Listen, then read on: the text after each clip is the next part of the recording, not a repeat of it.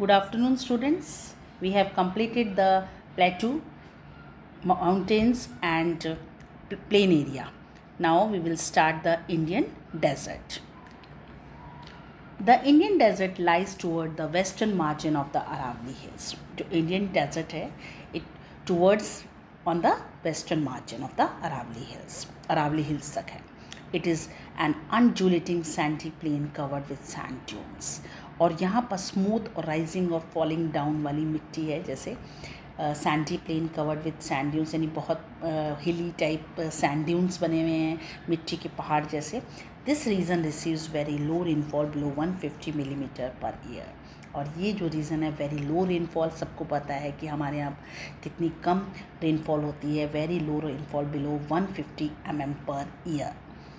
It has arid climate with low vegetation cover. Arid climate है, सूखा जिसे कह सकते हो, ड्राई क्लाइमेट, और बहुत कम वेजिटेशन होती है. Streams appear during the rainy season. और जब बारिशें होती हैं तो थोड़ी सी स्ट्रीम्स होती हैं, यानी थोड़ी नहरें से निकल आती हैं, बारिश की बनी हुई थोड़ी पतली रिवर नुमा स्ट्रीम्स हो जाती हैं. Soon after they disappear into the sand. और बाद में ये सैंड से ढक जाती हैं, डिसअपियर हो जाती हैं. And they do not have enough water to reach the sea. और इसमें इतना पानी नहीं होता क्योंकि यहाँ पर इतना डेजर्ट एरिया है और गर्मी है, इतना हीट है, क्लाइमेट इतना हार्श रहता है, तो ये इतना पानी नहीं होता कि ये सी तक, समुद्र तक पहुँच सकें. Luni is the only large river in this region. Luni एक रिवर है जो कि रेनी सीज़न के टाइम पर ही फिल होती है, भरती है, और ये इस क्षेत्र को हरा भरा करती है. Barchans crescent shaped dunes. Barchans sand dunes type हैं, छोटे छोटे पहाड़ बने हुए हैं. Cover larger areas but longitudinal dunes become more prominent near the Indo Pakistan boundary. ये बहुत बड़े एरिया को कवर किए हुए हैं. और लॉन्गिट्यूडनल ड्यून्स यानी लंबे लंबे चौड़े चौड़े जो हैं वो ज़्यादातर हमें इंडो पाकिस्तान बाउंड्री पे देखने को मिलते हैं. If you visit Jaisalmer you may go to see the group of barchans. अगर आप जैसलमेर जाए, जो बहुत डेजर्ट इलाका है, बीकानेर, जैसलमेर, बाड़मेर, ये सारे कौन से हैं? सारे सैंडी इलाके हैं, बिल्कुल डेजर्ट एरिया है. तो हम अगर यहाँ इस तरफ जाएं तो हमें ये बर्चन सैंड ड्यून्स देखने को मिलेंगे. Okay, understood all of you बेटा. Indian desert. Now the coastal plains. The peninsular plateau is flanked by stretch of narrow coastal strip. आपने देखा है कि पेनिनसुलर जो प्लेटू है वो फ्लैंक्ड है, यानी चौड़े हैं, by stretch of narrow coastal strip. और कोस्टल स्ट्रिप्स जो हैं यानी कॉर्नर से ये बहुत पतले हो जाते हैं और ऊंचे, ऊपर से ऊंचे हो जाते हैं. And running along the Arabian sea and the western of bay of Bengal on the east. और ये जो हैं वो अरेबियन सी के साथ साथ कोस्टल स्ट्रिप्स तक से जो हैं वो चलते हैं, और वेस्ट में अरेबियन सी के और bay of Bengal in the east यहाँ साइड तक है. The western coast sandwiched between the western ghat and the Arabian sea. जो वेस्टर्न कोस्ट इलाका है वो किसके बीच में पड़ता है? वेस्टर्न घाट और अरेबियन सी के. इज़ अ नैरो प्लेन, बहुत पतला सिकड़ा जिसे कहते हो, बहुत नैरो है. It consist of 3 section. इसके अंदर 3 सेक्शंस आते हैं. Northern part of the coast is called Konkan, Mumbai, Goa. The central stretch is called Kannada plain, while the southern stretch is referred to the Malabar coast. यानी 3 टाइप्स ऑफ सेक्शन कौन से? North का जो coastal इलाका है वो कोंकण का इलाका है जो मुंबई गोवा का है. सेंट्रल का कन्नड़ प्लेन है, Karnataka side. While the southern stretch कौन सा है? मालाबार कोस्ट, यानी तमिलनाडु, वेस्ट बंगाल, इन साइड का इलाका. The plains along the bay of Bengal are wide and level. जो प्लेन्स इलाका है बे ऑफ बंगाल के साथ साथ वो बहुत वाइड है. In the northern part it is referred to as a northern Circar, while the southern part is known as Coromandel coast. अब हम देखें तो नॉर्थ का जो सिरसर पार्ट है, आपने पहले फिजिकल मैप में पढ़ा था. हम बाद में जब स्कूल रीओपन होंगे अच्छी तरह से क्लियर करेंगे इस मैप एक्टिविटी को सारी. तो सदर्न पार्ट जो है वो कोरोमंडल कोस्ट का है. Large rivers such as Mahanadi, the Godavari, the Krishna and the Kaveri have formed extensive delta on the coast.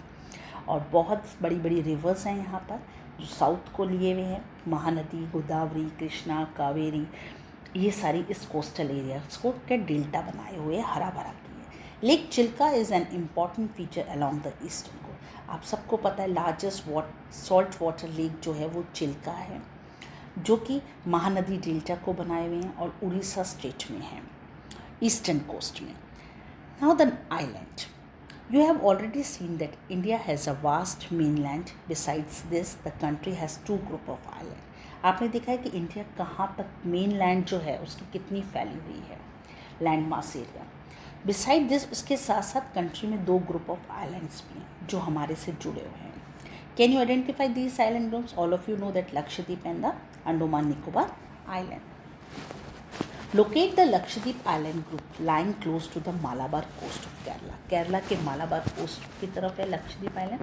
This group of island is composed of small coral island. ये जो group of island है वो small coral island से है। We will discuss now after this what is coral islands.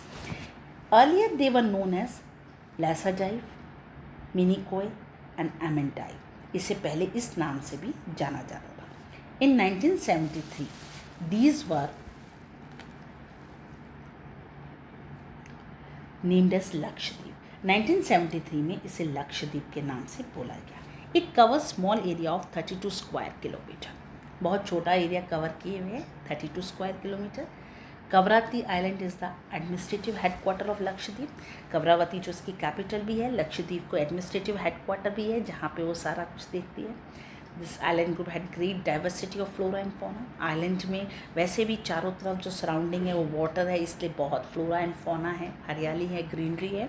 The Pitti island which is uninhabited had a bird sanctuary. जो Pitti island यानी छोटे छोटे जो आइलैंड है वहाँ पर अनइनहैबिटेड है, वहाँ पर रहने के लिए कोई सेटलमेंट नहीं है, वहाँ पर बर्ड सेंचुरी हमें देखने को मिलती है। We will discuss about the coral. What is corals?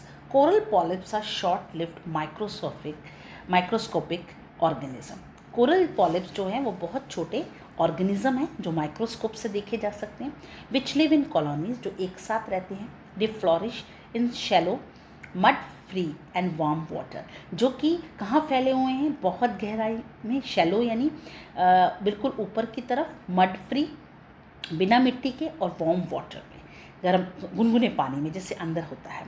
This secret calcium carbonate, और ये किसके बने हुए हैं? कैल्शियम कार्बोनेट के। The coral secretions and the skeletons from coral deposit in the form of reef. और ये जो कोरल सिक्रेशन है वो इसका जो स्केलेटन है वो किस में? कोरल डिपोजिट यानी रीफ्स यानी उसमें जो फॉसिल फ्यूल्स हैं और दूसरी आपको रॉकी मटेरियल देखने को मिलेगा, उन सब से मिलकर बने हुए हैं। They are mainly in 3 kinds, ये 3 तरह के हैं। Barrier reefs, fringing reef and atolls. ये 3 तरह के रीफ्स आपको देखने को मिलेंगे। The great barrier reef of Australia is a good example of the first kind of coral reef. आपको इसका सबसे बड़ा एग्जाम्पल वर्ड का बैरियर रीफ ऑफ ऑस्ट्रेलिया के नाम से देखने को मिलेगा। यहाँ ये जो है बना हुआ जो अपना कॉन्टिनेंट है ये बहुत बड़ा कोरल रीफ के नाम से जाना जाता है। एटॉल्स आर सर्कुलर और a horse shoe shaped coral reef. और एटॉल्स जो कि सर्कुलर है और हॉर्स शू यानी आपने घोड़े की नाल देखी है, घोड़े की जो पाँव जो फुट होता है उसके नीचे एक उनके लोहे की चीज़ लगाई जाती है, आयरन की, तो शू शेप्ड कोरल रीफ आपको उस शेप का दिखाई देगा। Now you see the elongated chain of island located in the Bay of Bengal. अब आप देखोगे कि एक बहुत बड़ी चेन बनी हुई है आइलैंड्स की बे ऑफ बंगाल में, extending from north to south. These are Andaman and Nicobar island. They are bigger in size, बड़े साइज के हैं, and are more numerous and scattered. और न्यूमरस यानी बहुत ज़्यादा मात्रा में, और स्कैटर्ड यानी बहुत बड़ा एरिया कवर किए हुए हैं, फैले हुए हैं। The entire group of island is divided into 2 broad categories.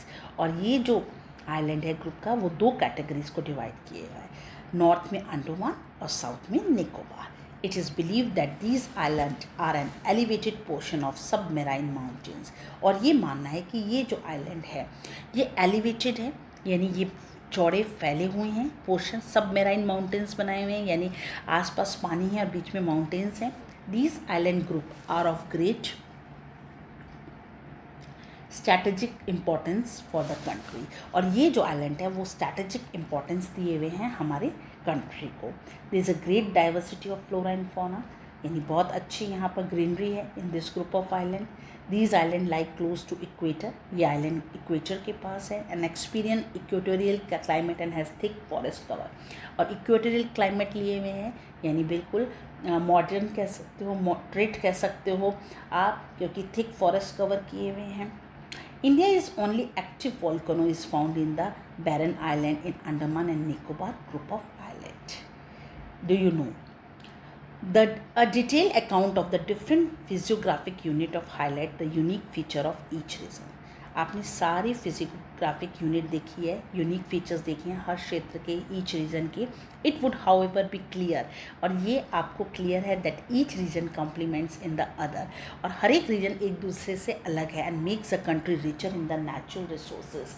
कोई किसी चीज़ में है, कोई किस उसमें है, इसलिए हर जो रिलीफ है, हर जो फीचर है वो अलग अलग नेचुरल रिसोर्सेज के लिए फेमस है.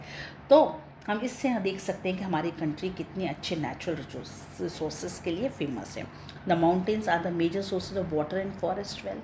The northern plates are the greeneries of the country. They provide the base for early civilization. आपने ये भी देखा है कि अर्ली सिविलाइजेशन का बेस है ये. The प्लेटू is a store house of mineral which has played a crucial role in the industrialization of the country. The coastal region and island are group provide sites for fishing and port activities के लिए है. And diverse physical features होने की वजह से ये future possibilities हमारी development की बहुत देखी जा सकती है. Our country is rich of resources and for the development of our country. So students, this is your chapter, it's completed now. Whatever the activities of map activities, we will do it when the school will reopen. Okay beta, thank you so much.